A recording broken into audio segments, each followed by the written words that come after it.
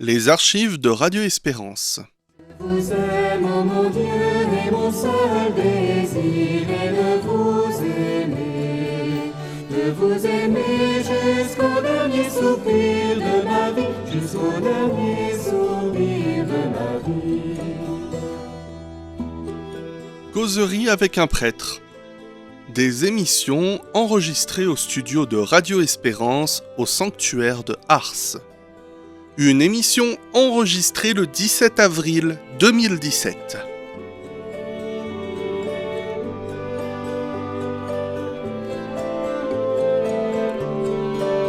Causerie avec un prêtre, ce soir nous parlerons de la miséricorde divine.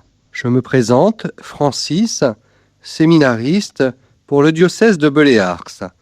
Nous passerons 1 heure ensemble en compagnie du Père Patrick Giraud. Nous ouvrons donc cette émission avec le Père Patrick Giraud. Bonsoir Père. Bonsoir à tous nos amis auditeurs de Radio Espérance. Mon Père, vous êtes prêtre de ce diocèse, chapelain au sanctuaire d'Ars, membre de la Société Saint-Jean-Marie Vianney. Père, ce soir, nous aborderons ce thème de la miséricorde divine. Bien sûr, le Saint-Curé d'Ars, ici, lors de sa pastorale qu'il a proposée à ses paroissiens, et il passait lui-même jusqu'à 17 heures dans le confessionnal, il s'est montré l'homme de la miséricorde. Cette miséricorde, toutefois, n'est pas toujours facile dans nos vies. Pas facile de pardonner, pas facile de trouver une prière qui nous aide à pardonner les offenses que les autres ont pu nous faire. Père, je vous écoute à ce sujet. D'abord, au cours de notre vie, nous aspirons tous au bonheur sur cette terre et nous espérons en la vie éternelle dans l'au-delà. Mais c'est aujourd'hui qu'on prépare demain. Et nous savons que notre vie terrestre est un combat permanent avec bien sûr des hauts et des bas. Mais avouons bien humblement une chose. Notre vie serait sans problème si nous nous entendions tous bien. Or, ce n'est pas vraiment le cas. Et notre vie est souvent empoisonnée par des mésententes, par des conflits qui aboutissent heureusement par des pardons, mais parfois qui aboutissent aussi par des refus de pardonner.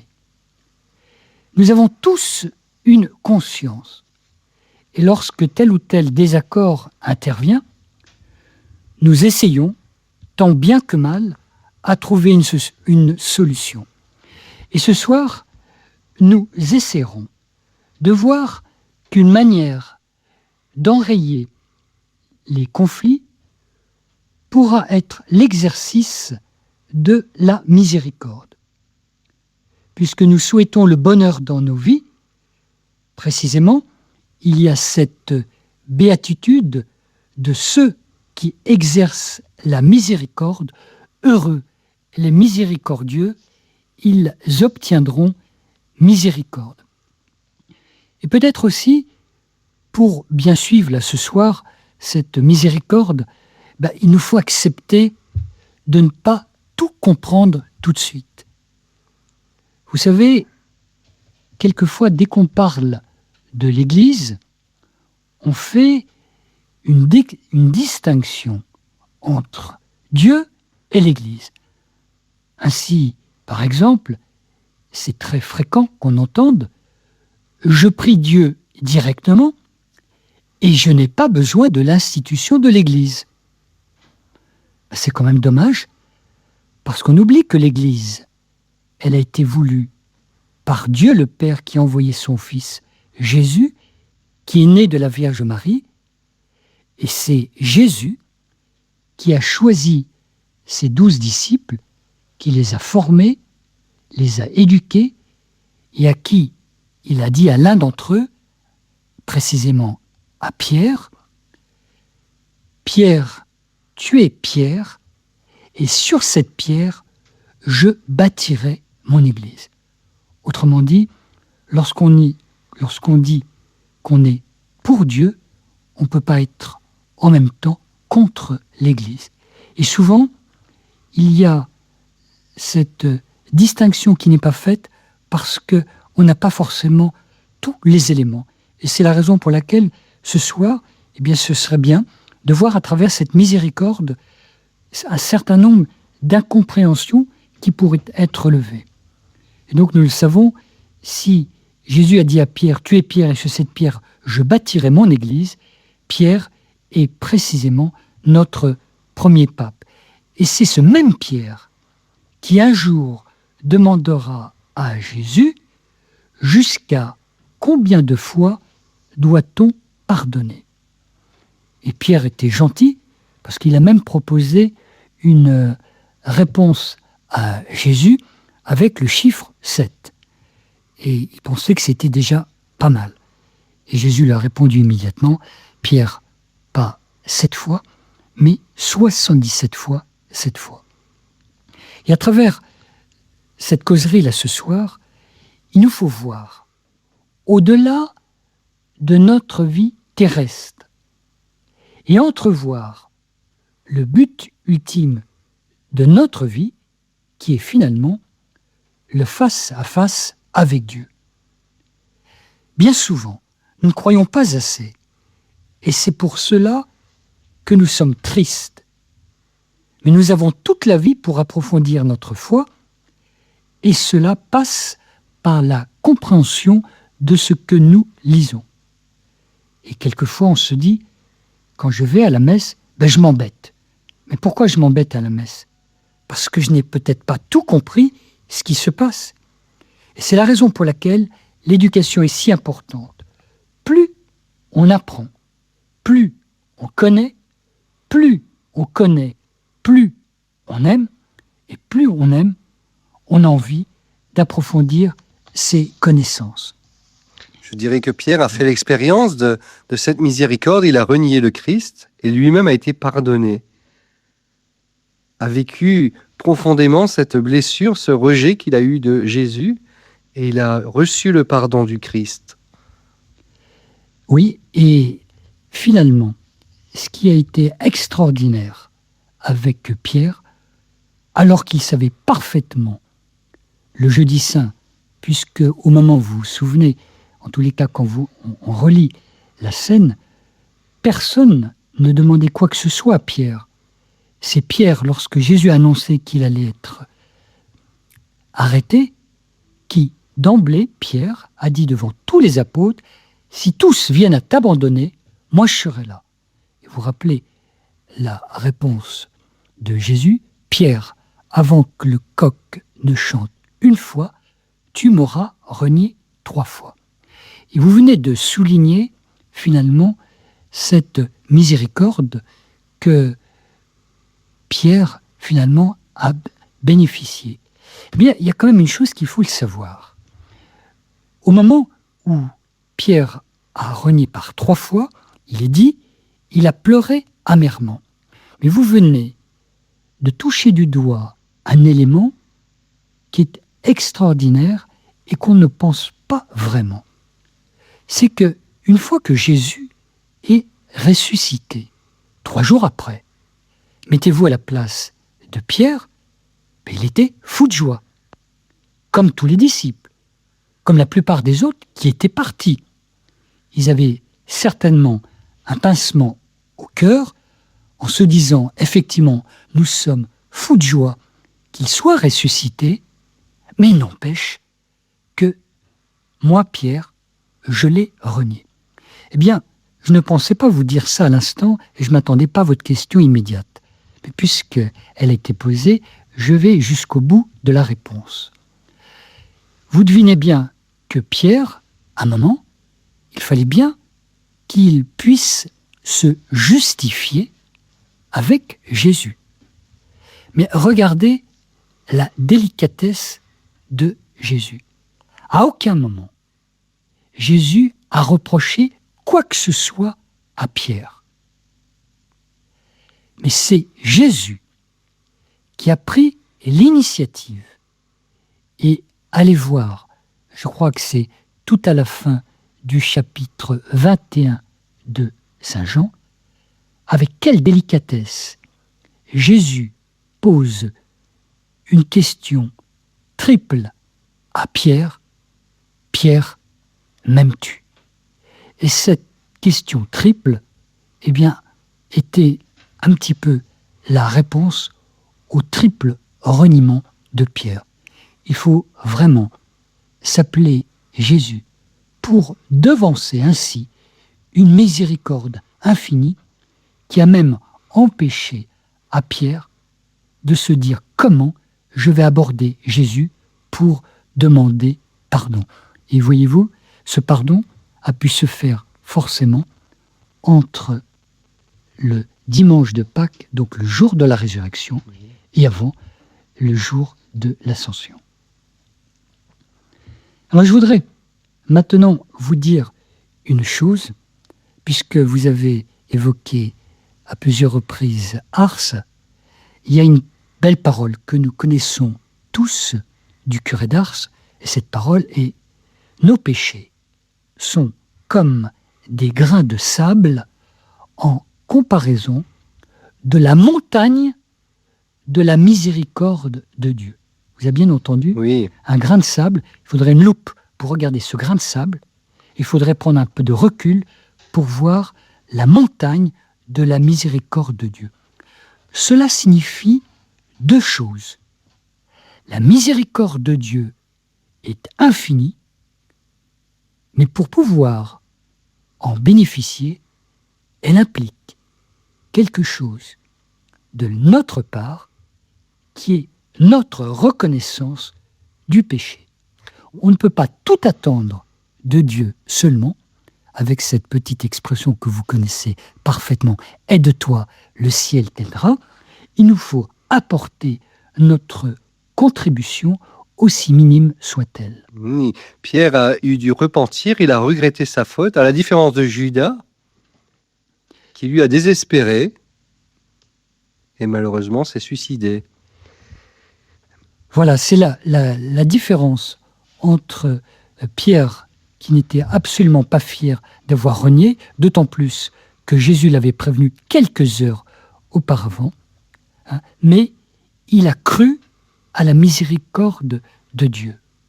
Et finalement, Judas, ce n'est pas tant qu'il ait livré Jésus, hein, mais c'est le fait qu'il est désespéré de la miséricorde de Dieu. Et cela est très encourageant pour nous tous. La miséricorde de Dieu est infinie et nous sommes tous un petit peu co-responsables de cette miséricorde. Alors il est vrai que dans le Notre Père, dans cette prière que le Seigneur nous a enseignée, nous demandons le pardon du Seigneur, mais une condition se pose. Nous devons nous aussi donner le pardon à ceux qui nous ont offensés. Il est parfois difficile de faire miséricorde et de reconnaître son erreur dans nos vies quotidiennes. Si c'était aussi simple que cela, effectivement, le pardon serait automatique. Mais regardez ce que vous avez vu avec Pierre, quand Jésus dit à Pierre que le pardon, on ne donne pas 7 fois, mais 77 fois, ça veut dire de manière infinie. Regardez, l'abîme, j'ai dit le fossé qui sépare Dieu de l'homme, ou l'homme de Dieu. Quand Dieu donne, il donne toujours en plénitude. Et dans les choses quotidiennes, le pain, eh bien, nous avons la multiplication des pains. Lorsque nous avons à Cana, le premier miracle de Jésus, c'était pas une multiplication de litres, mais c'était carrément des cuves d'hectolitres. Quand Jésus pardonne, c'est pas une fois de temps en temps, mais c'est toujours. Et la chose la plus extraordinaire qu'il ait pu faire, et on ne se rend même pas vraiment compte, c'est qu'il a donné sa vie pour le rachat des péchés de toute l'humanité. C'est complètement fou. Et si nous venons sur terre sans rien, nous quitterons cette terre sans rien non plus. Et finalement, qu'est-ce qu'il restera de notre passage sur cette terre? Quels souvenirs laisserons-nous peut-être? Mais surtout, sur quoi serons-nous jugés par Dieu? Eh bien, ce que vous venez de dire, c'est combien c'est difficile de pardonner. Et c'est vrai que notre capacité d'amour, c'est-à-dire notre capacité d'aimer tous ceux que nous rencontrons, est vraiment difficile. Or, nous savons combien c'est difficile d'aimer, et si tous les hommes vivaient en parfaite harmonie, nous aurions déjà le paradis sur terre. Et précisément, ce que vous dites, notre vie, elle est parsemée constamment de conflits, de mésententes, de disputes, de haine, de combats. La seule réponse à tant de violence, c'est la miséricorde, car elle permet de stopper l'escalade de cette haine. Alors c'est facile de pardonner pour des petites choses, mais il y a des choses qui sont beaucoup plus difficiles.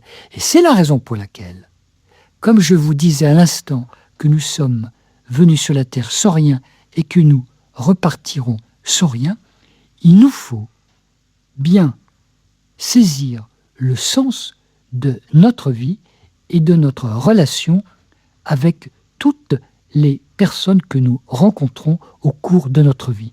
Et si Jésus est mort pour le rachat de toute l'humanité sans exception, il va de soi qu'il nous demande exactement de faire la même chose, c'est-à-dire d'aimer tous nos frères, quels qu'ils soient. Oui, chasser l'orgueil de nos cœurs, se montrer humble, pécheur. Oui, chasser l'orgueil, là vous avez raison de souligner, parce que l'orgueil, c'est le mal omniprésent qu'il nous faut éradiquer. Et parce que l'homme est abîmé par le péché, beaucoup de conflits éclatent, et précisément, la cause, c'est souvent l'orgueil. L'orgueil, pourquoi? Parce que l'homme, au lieu d'accepter ce qu'il est, ce qu'il a reçu, il est très souvent en train de comparer avec les autres. Or, dès que l'on compare, et on porte bien souvent un jugement. Et Jésus a bien dit à ses disciples, ne jugez pas et vous ne serez pas jugés. Et par ricochet, bien, il nous faut faire exactement la même chose, et nous sommes cependant très friands de vouloir comparer, surtout lorsque la comparaison porte à notre avantage. Mais dès l'instant où nous comparons, eh bien, nous risquons irrémédiablement soit de tomber dans l'orgueil, en faisant un complexe de supériorité, ou dans la jalousie, en faisant un complexe d'infériorité. Or, pourquoi on compare? Parce qu'on est insatisfait de ce que l'on est ou de ce que l'on a. Or, précisément, le Seigneur, lui, il nous a créés de manière unique. Et si nous avions besoin d'une preuve de cette unicité, il suffirait que nous nous regardions les uns les autres et nous sommes tous différents. Et c'est là un miracle permanent, c'est-à-dire que nous avons tous des talents et nous sommes tous limités et nous devrions nous enrichir de notre différence plutôt qu'à vouloir comparer en tombant ou dans l'orgueil ou dans la jalousie. Oui, demeurer humble.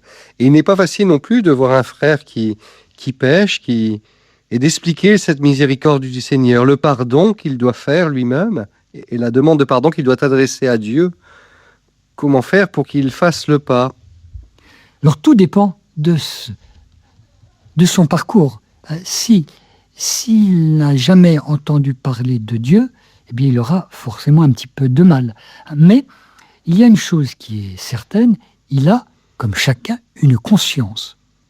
Une conscience, et généralement, on fait le bien, puis on évite le mal. C'est ce que dit en tous les cas le catéchisme de l'Église catholique, mais il n'y a pas besoin d'être baptisé pour comprendre cela. Mais dès que je fais le bien, même si je ne suis pas baptisé, je vais dans la même direction que Dieu m'indique. Et c'est là, lorsqu'on est, j'allais dire, de bonne foi, lorsque on regarde les choses de manière objective, on ne peut pas appeler mal ce qui est bien, et on ne peut pas appeler bien ce qui est mal.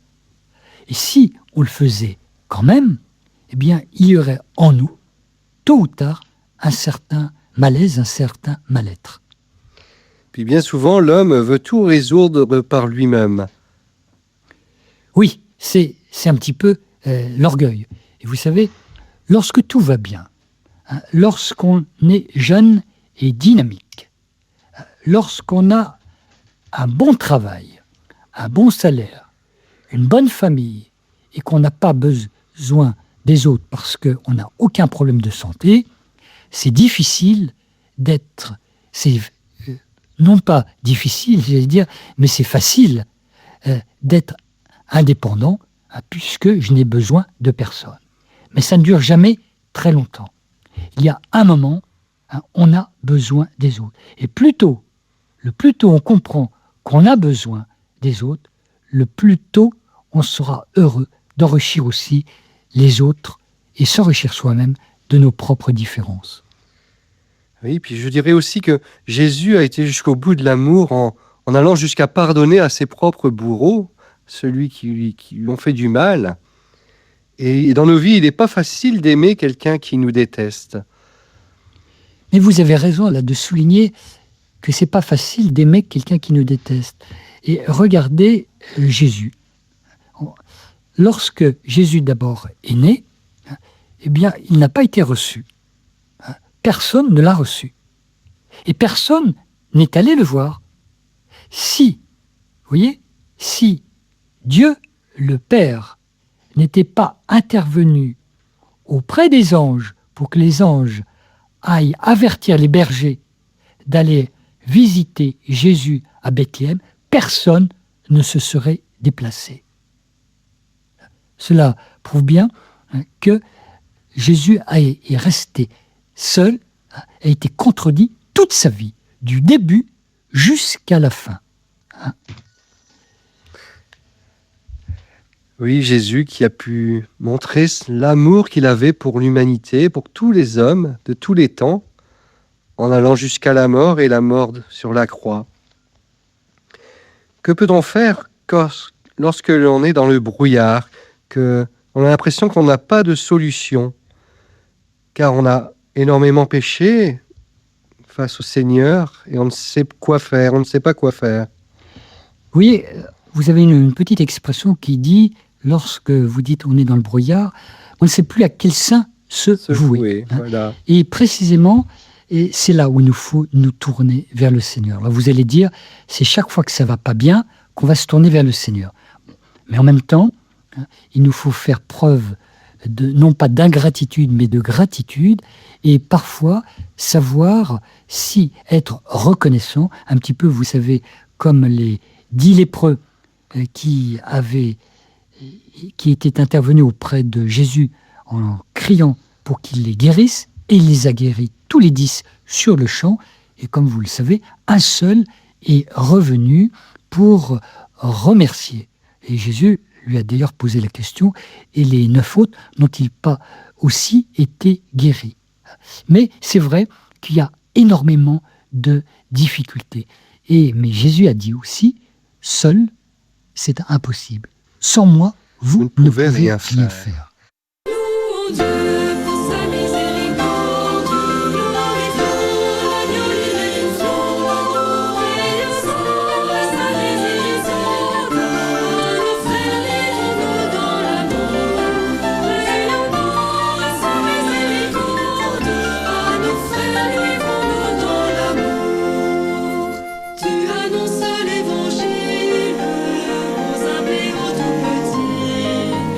Jésus, ton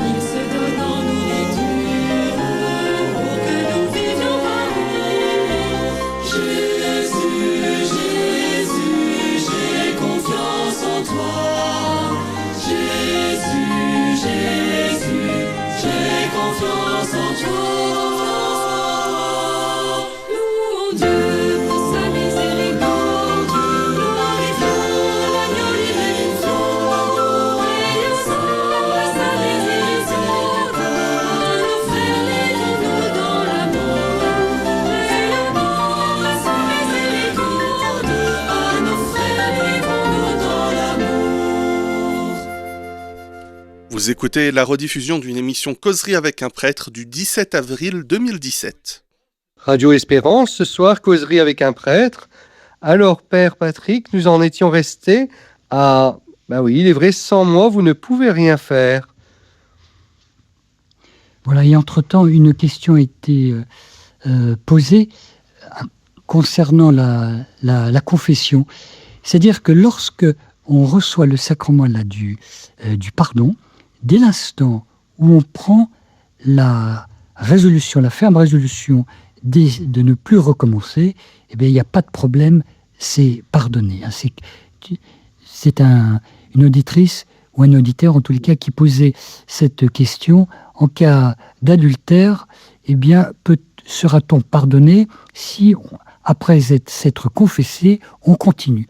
Eh bien, il faut demander le pardon, et si, à chaque pardon, je prends la résolution de ne plus recommencer, eh bien, c'est pardonné. Alors, en même temps, mais il faut s'y tenir, et on s'y tiendra avec la grâce de Dieu. C'est la raison pour laquelle c'est si important de bien comprendre que seul, c'est impossible. Mais avec la grâce de Dieu, tout est possible. Il y a beaucoup de difficultés, mais humainement parlant, il y a des comportements qu'on ne peut pas résoudre soi-même, mais avec la force de Dieu, c'est ce qu'on appelle la grâce. Tout est possible dans le temps, et il ne faut à aucun moment désespérer.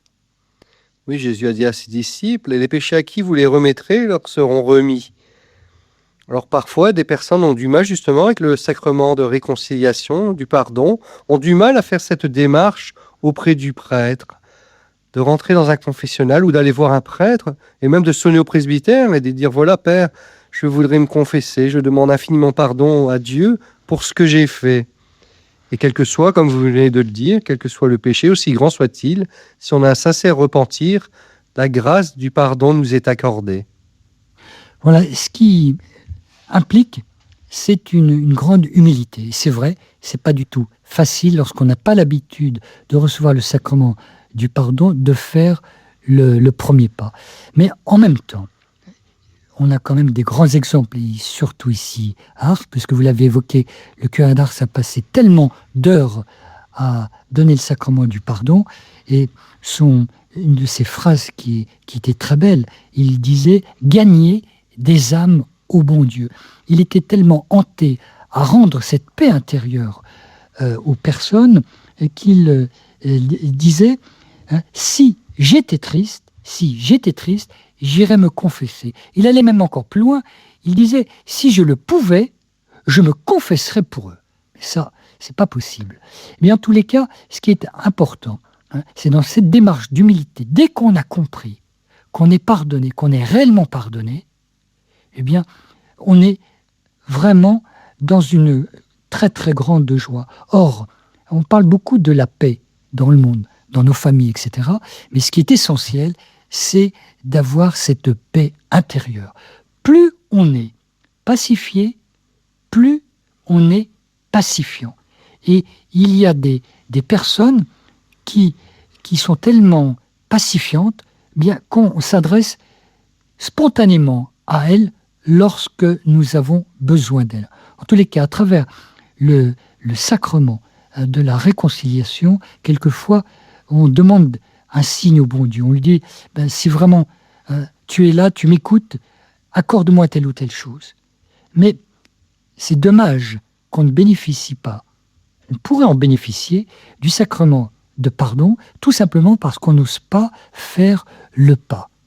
Ce pas et qui peut transformer toute une vie. Et le curé d'Ars dire qu'il y a des personnes, il en avait l'habitude, qui venaient, au bout de 30 années, ayant supporté le poids de leurs péchés, et bien subitement qui ont compris comment elles pouvaient, ces personnes, être libérées. Et vous voyez, bien souvent aussi, il y a ces personnes qui communient régulièrement, mais sans se préoccuper du sacrement du pardon. Et nos communions, nos Eucharisties seraient encore plus belles si nous voyons la beauté du sacrement de la réconciliation. Pourquoi ? Parce que il y a deux sacrements finalement qui sont essentiels et que nous pouvons recevoir autant de fois que nous voulons. Donc le sacrement du pardon qui me met dans la paix, j'allais dire, de manière horizontale avec tous mes frères. Et si je suis dans cette paix, donc dans le pardon à travers le sacrement de la réconciliation, eh bien, je peux aller à l'Eucharistie, j'allais dire, de manière verticale. C'est un petit peu Saint Jean là, qui disait, au moment où tu viens présenter ton offrande au pied de l'autel, si tu te souviens que ton frère a quelque chose contre toi, alors tu déposes ton offrande au pied de l'autel, tu vas d'abord te réconcilier, et une fois que tu t'es réconcilié, tu viens présenter ton offrande. Et tout est possible puisque le bon larron, celui qui était cloué à côté de Jésus sur une croix, a demandé la miséricorde du Seigneur. Et a dit à Jésus, souviens-toi de moi lorsque tu viendras dans ton royaume. Donc jusqu'au dernier moment, il est toujours possible. La miséricorde du Seigneur est toujours prête à se donner. Et c'est vrai que, sans porter un quelconque jugement, au moment où Jésus a été crucifié, il y avait un larron, un des deux, qui a dit à Jésus, pourquoi pas, on aurait peut-être fait la même chose. Et lui, il savait que Jésus faisait des miracles. Il dit, si tu es le Fils de Dieu, descends de ta croix, donc fais un miracle. Et puis, en même temps, mais il pensait être entraîné à se sauver.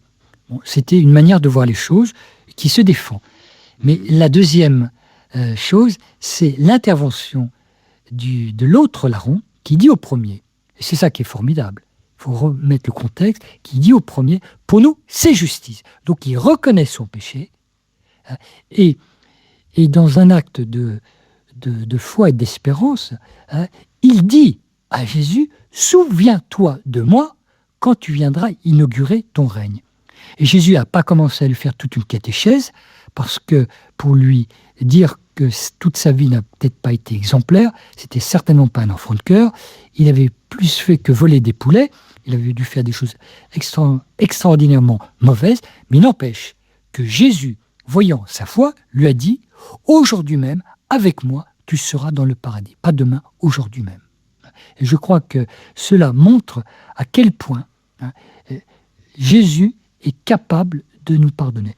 Cette capacité de Jésus, ça ne fait aucun doute, mais nous-mêmes, nous avons beaucoup de mal à rentrer dans cette démarche de la réconciliation. Et vous voyez, il y a une chose qu'on peut constater aussi, c'est qu'on a presque l'impression, au moment où on voudrait recevoir ce sacrement du pardon, au moment où on se décide, où on dit quand même, je vais me décider, bien à ce moment-là, il y a souvent le malin qui trouve un moyen pour retarder en disant finalement, je suis comme tout le monde, j'ai ni tué ni volé. Mais oui, mais la question n'est pas là.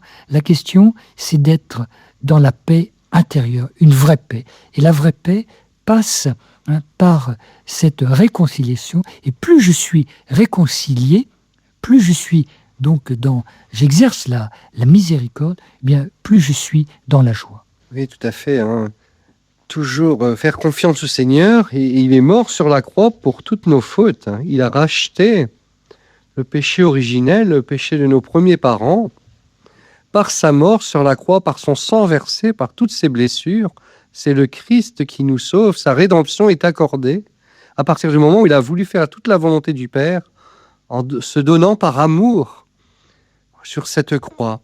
Et Père, parfois des personnes malades en fin de vie demandent l'onction, le sacrement des malades. Alors reçoivent-ils également par ce sacrement de l'onction des malades le pardon de leurs fautes ? Oui, souvent, quand on redit cette prière du credo, du je crois en Dieu, le résumé de la foi, donc nous disons à la fin, je crois à la rémission des péchés, à la résurrection de la chair et à la vie éternelle. Nous savons que à une certaine époque, moi je l'ai connue, on parlait de l'extrême onction, c'est-à-dire qu'on attendait le dernier moment pour recevoir cette onction, cette extrême onction. Mais il est un fait que peut-être à l'époque on se confessait quand même un petit peu plus. Bon.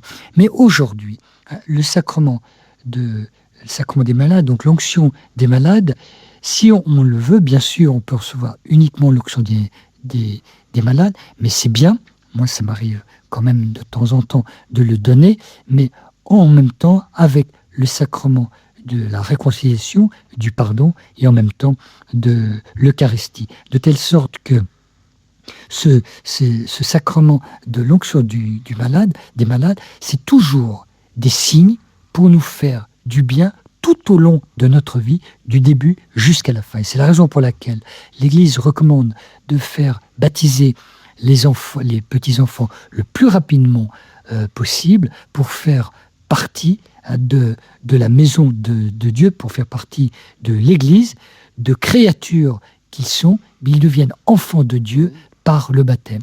Et tout au long des étapes de notre vie, eh bien, Dieu nous donne ces sacrements, donc qui sont les signes. Et à partir du baptême, nous sommes plongés dans la mort et la résurrection du Christ, en faisant partie de la grande famille des enfants de Dieu.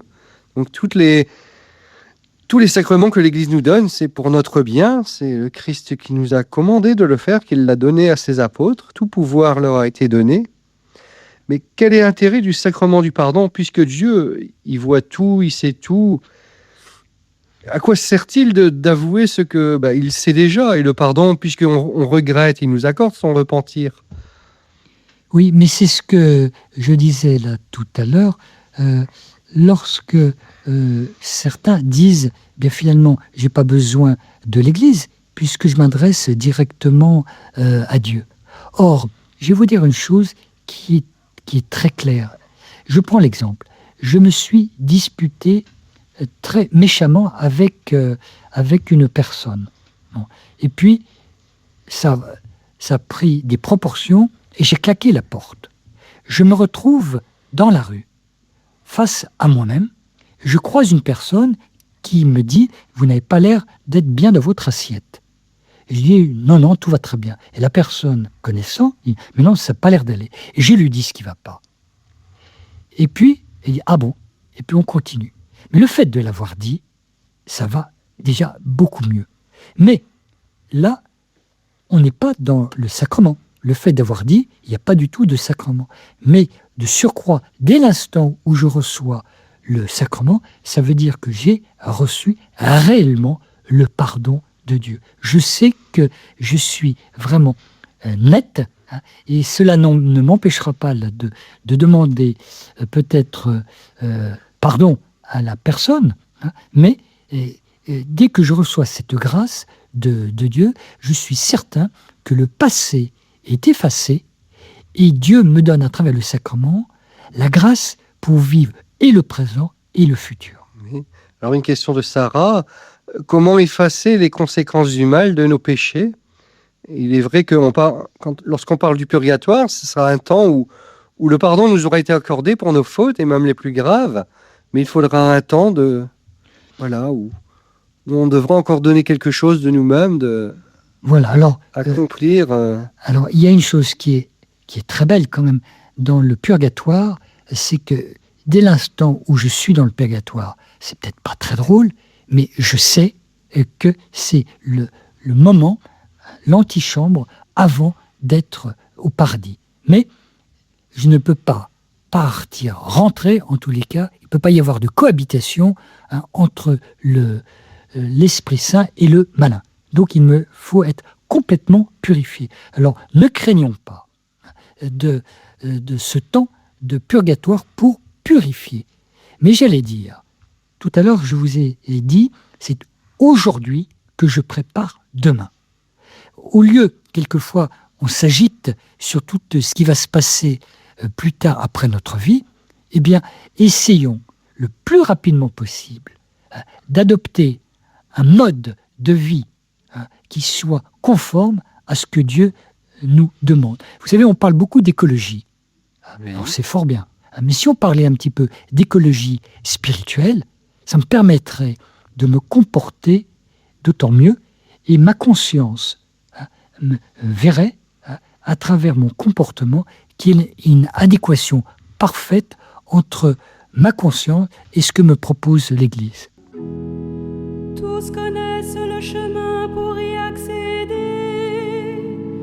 et l'Église est la maison qui accueille tout le monde.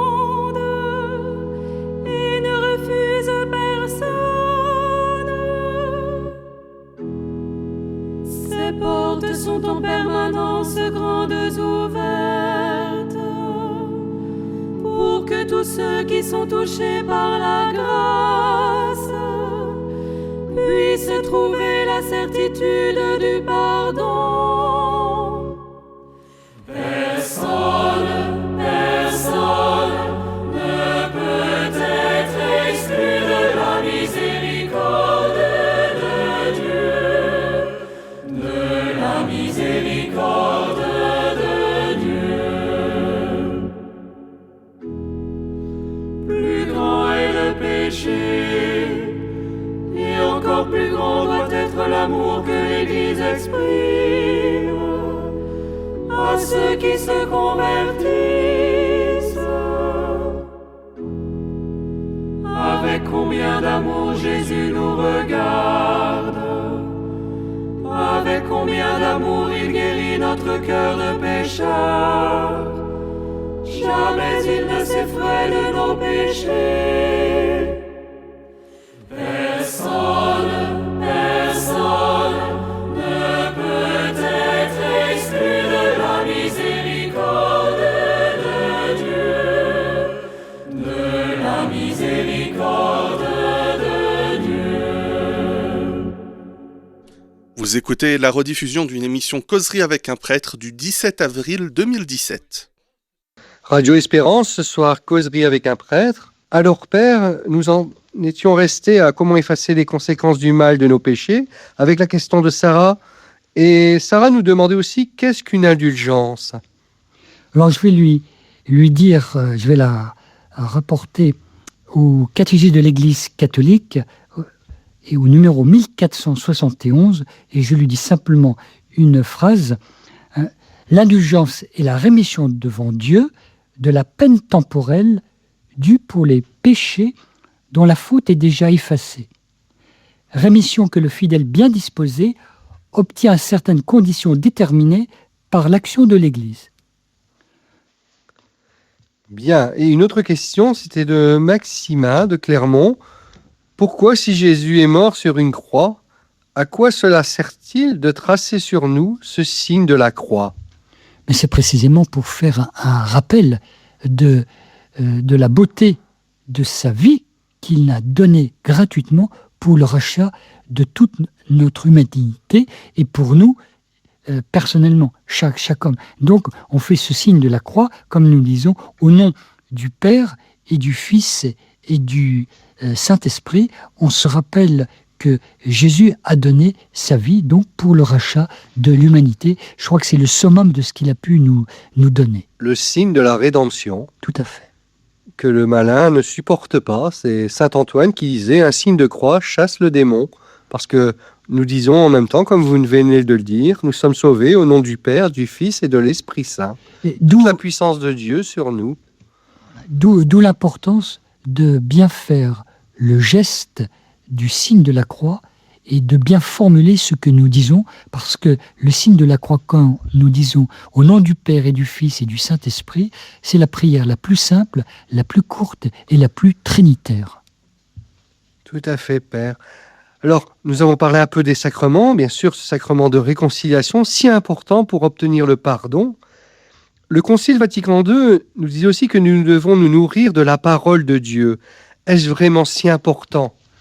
Oui, vous voyez, il y a une parole qui est extraordinaire, oui, dans la parole, et je voudrais vous référer aux disciples d'Emmaüs. Vous vous souvenez, quand Jésus, avec beaucoup d'humour, vient se joindre à ces deux disciples d'Emmaüs en leur demandant de quoi ils parlaient, et puis vous vous souvenez que Jésus leur a expliqué tout le sens des Écritures. Et vous vous rappelez, à la fin, au moment où ils demandent à Jésus de rester dîner avec eux, c'est à ce moment-là précis, où, au moment de la fraction du pain, que Jésus, il est dit, disparut à leurs yeux, mais eux, leurs yeux s'ouvrirent. Jésus disparaît de leurs yeux, mais ils ont compris.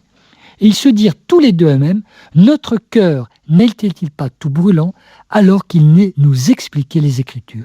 D'où l'importance de comprendre et de nous pencher sur les Écritures. Vous voyez, je vais vous dire une chose qui est simple. Le fait d'aller à la messe là, tous les dimanches, eh bien, il y a forcément le sacrement de l'Eucharistie que l'on peut recevoir, mais il y a aussi la parole que j'écoute. Et si toute ma vie, je participe à la messe chaque dimanche, j'entends des évangiles, j'entends des lectures, non seulement je les entends, je les écoute et je le mets en pratique. Or, dans notre foi catholique, la chose la plus essentielle, c'est la cohérence de la foi. Et pourquoi les foules aimaient beaucoup Jésus?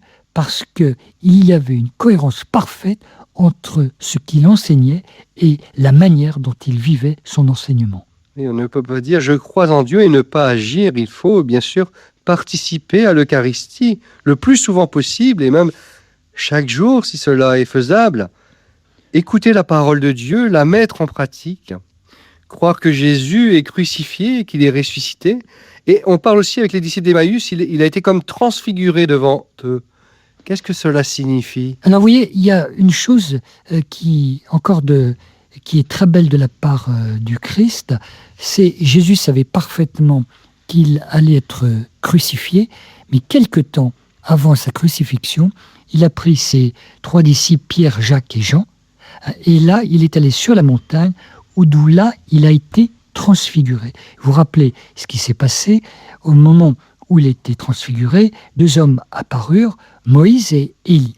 Et Pierre, on revient à Pierre, lui qui a dit, c'était tellement extraordinaire, qu'il a dit à Jésus, plantons 3 tentes, une pour toi, une pour Moïse et une pour Élie. Et il n'avait pas fini de parler que tout disparut, mais avant, il y a eu quand même cette manifestation de la Trinité, où Jésus était présent transfiguré, où la nuée représentait l'Esprit Saint, et de là où la voix du Père se fit entendre, où le Père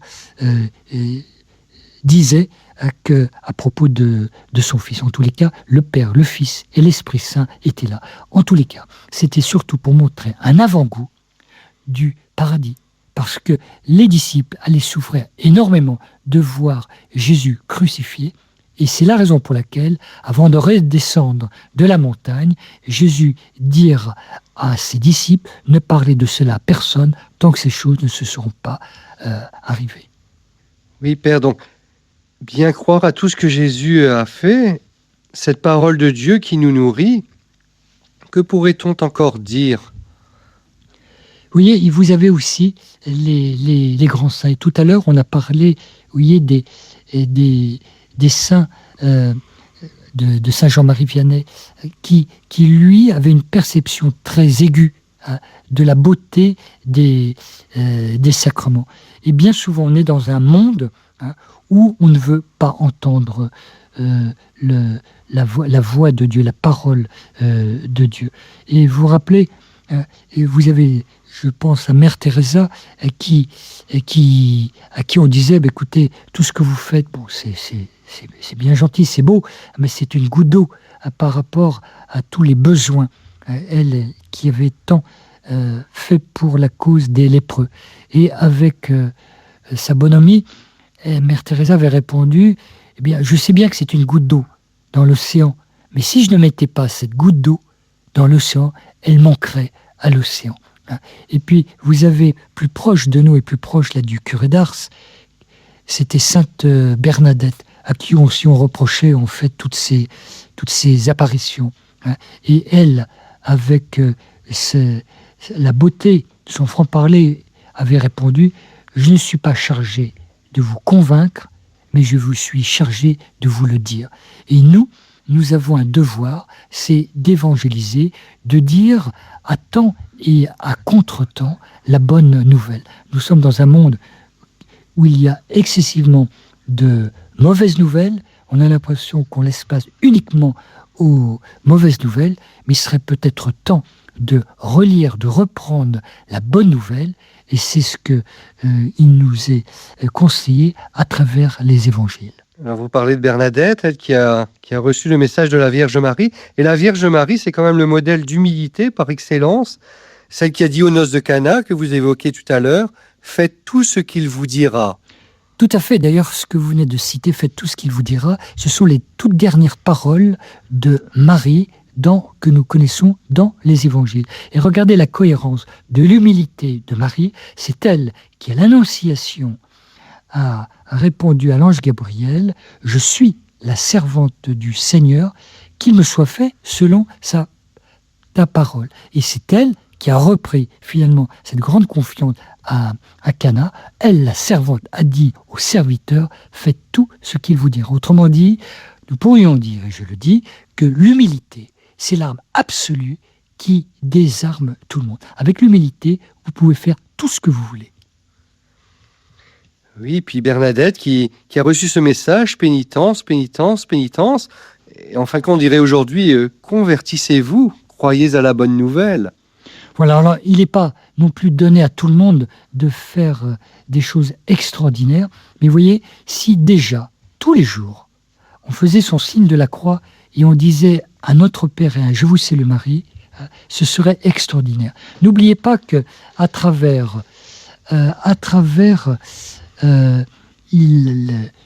tout ce qui se passe dans nos vies, il y a cette prière du Je vous salue Marie, où à la fin on dit « Priez pour nous, pauvres pécheurs, maintenant et à l'heure de notre mort ». Quelquefois, nous le disons peut-être un peu machinalement. Mais le jour où nous serons à l'heure de notre mort, eh bien, nous serons bien contents d'être accueillis par la Vierge Marie, qui, elle, nous conduira à son Fils. Alors, il y a une question qui est posée. Quel péché mène à la mort? Pour quel péché Dieu n'est pas miséricordieux? Et alors, il y aurait un seul péché, c'est de ne pas croire à la miséricorde de Dieu. Tout à fait, ce serait le péché contre l'esprit, ça. Voilà. Alors, vous voyez, si vous comprenez que le péché pour lequel ce serait difficile d'obtenir satisfaction, en tous les cas, c'est de ne pas croire que Dieu puisse pardonner, donc le péché contre l'Esprit Saint. Eh bien, je pense que cette question est excellente. Oui. Il nous faut absolument, à temps et à contre-temps, prier l'Esprit Saint. Et si je peux, et je prends en tous les cas ces quelques secondes pour vous dire cette prière que beaucoup connaissent du cardinal Verdier, qui est si simple, mais que nous pouvons appliquer tous les jours et que nous pouvons nous convaincre que seul c'est impossible. Mais comme nous sommes, de par notre baptême, le temple de l'Esprit Saint, croyons en tous les cas à la force que peut nous donner l'Esprit Saint qui agit en nous. Et voilà cette prière.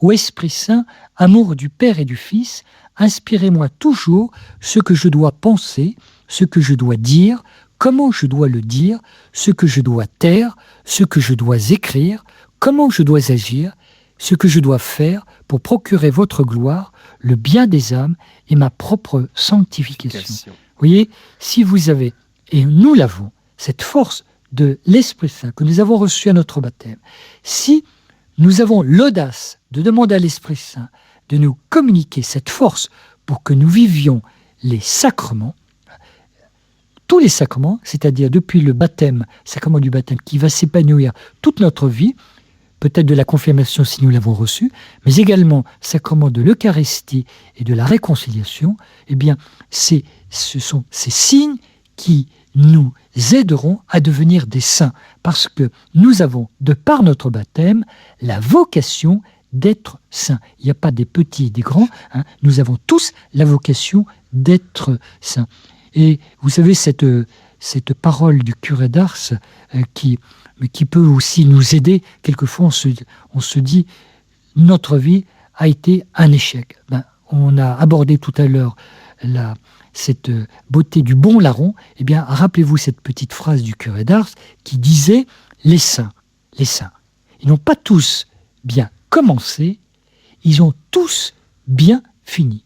Alors, je vais rajouter un petit conseil, n'attendez pas le dernier moment pour bien commencer, puisque le but de cette causerie ce soir, c'était cette miséricorde. Et je vous assure, plus vous ferez miséricorde aux autres, plus vous serez heureux Et le bonheur dans la vie, c'est pas de garder son bonheur pour soi, mais comme disait le curé d'Ars, gagner des âmes au bon Dieu et transmettre cette bonne nouvelle qu'on ne peut pas garder pour soi. Et la plus belle chose que nous puissions, c'est de la partager. Demandons particulièrement à la Vierge Marie, elle qui est l'humilité par excellence, de nous aider. Si nous avons et Marie, l'Esprit Saint et les sacrements, nous n'avons rien à craindre.